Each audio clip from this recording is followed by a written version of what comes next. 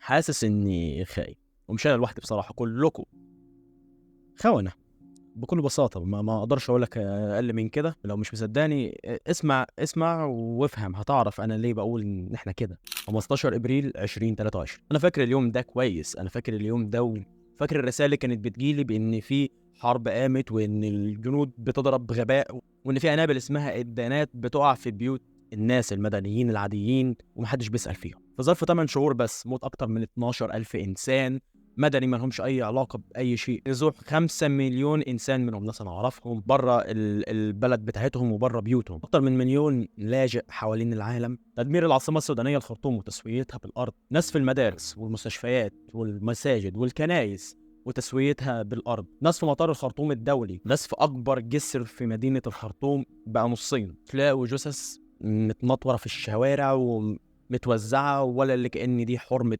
بني ادمين، ومحدش سأل فيهم. انا بتكلم عن الدولة اللي اتنست، اللي اسمها السودان. دي دولة كانت نفس البلد، كانت نفس الشيء وانقسمت، وانه محدش يتكلم عنه، محدش افتكرهم بكلمة. يوم ما سمعت حد اتكلم عنهم من العرب كنت شايف بس عنصرية. انا كنت شايف عنصرية تجاههم، ما شفتش غير كده. نادرا لما كنت بشوف حد بيتكلم كلام كويس. لو قلت لي دول عرب بيقتلوا في بعض هقول لك انت مريض، لان مش مهم مين اللي بيقتل، المهم ان في ارواح بتموت. الارواح دي ارواح مقدسه، الارواح دي ارواح ليها قيمتها، ربنا نفسه هو اللي خلقها.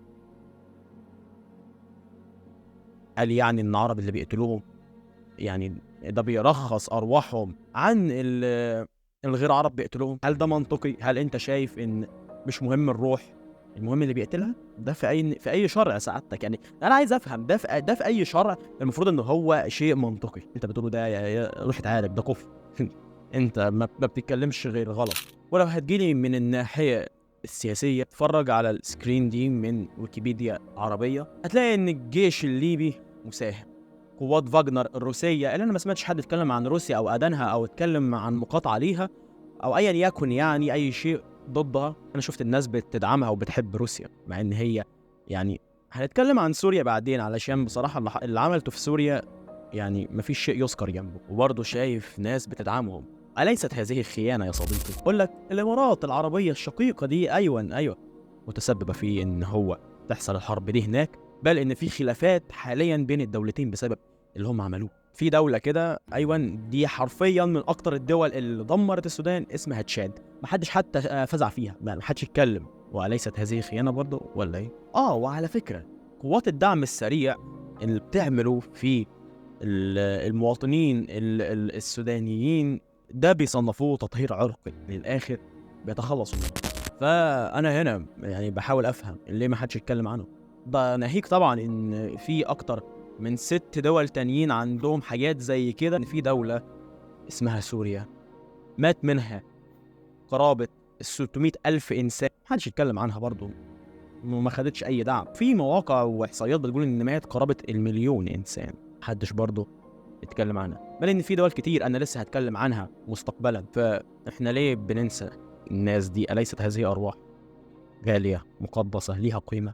ليه بنكيل بمكيالين؟ احنا فعلا ما دعمناهمش، احنا خناهم بكل الطرق الممكنه. انت لما بتطلع لنفسك حجج سياسيه واعذار، بابا الحجج السياسيه دي بتكون بين الدول مش بين الشعوب. الشعوب دول عرب زيك، دول بشر زيك. أنا سيبك من كلمه حتى عرب، انا بقول لك دول بشر زيك، انبياء ما لهمش اي علاقه في اي شيء. لو انت شايف ان في شيء ممكن يتقال غير كده، لو انت شايف ان هل اي حاجه عنصريه ضدهم او اي حاجه مع انك انت تظلمهم، ده مرض. تعازينا الحاره لاخواتنا في السودان، لكم منا كل الدعم، وانا بعتذر عن خيانتنا ليكم. وبس كده، يا ريت نشوف شويه من الدعم. انا بعمل الفيديو مش عشان الوم حد، ولا ان انا اشتم في حد، ولا ان انا ازايد على حد. عاوزه ان الناس دي ليها حقوق انسانيه علينا، رابط الدين برابط العروبه برابط الدم، طلعوا ما شئتم من الروابط وبرابط الانسانيه برضه. الناس دي ليها حقوق علينا، احنا ما اعطيناهاش اليوم، وهذه تعتبر خيانه. مش هقول ان انا احسن انسان، انا زيكم. المفروض نبدا نبص برضه للبلاد دي، لكل الدول العربيه اللي بيحصل فيها الشيء ده بلا استثناء، كل الدول العربيه. وبس كده.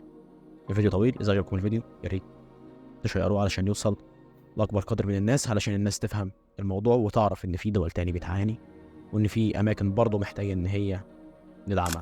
وده مش معناه ان احنا نوقف دعم في اي مكان تاني، علشان الناس اللي تفهم من يعني الناس ربنا خلق العقل هنا في ناس بتقعد عليه، فعايزين نفهمهم ان احنا ندعم كله، ما نوقفش دعم اي حد.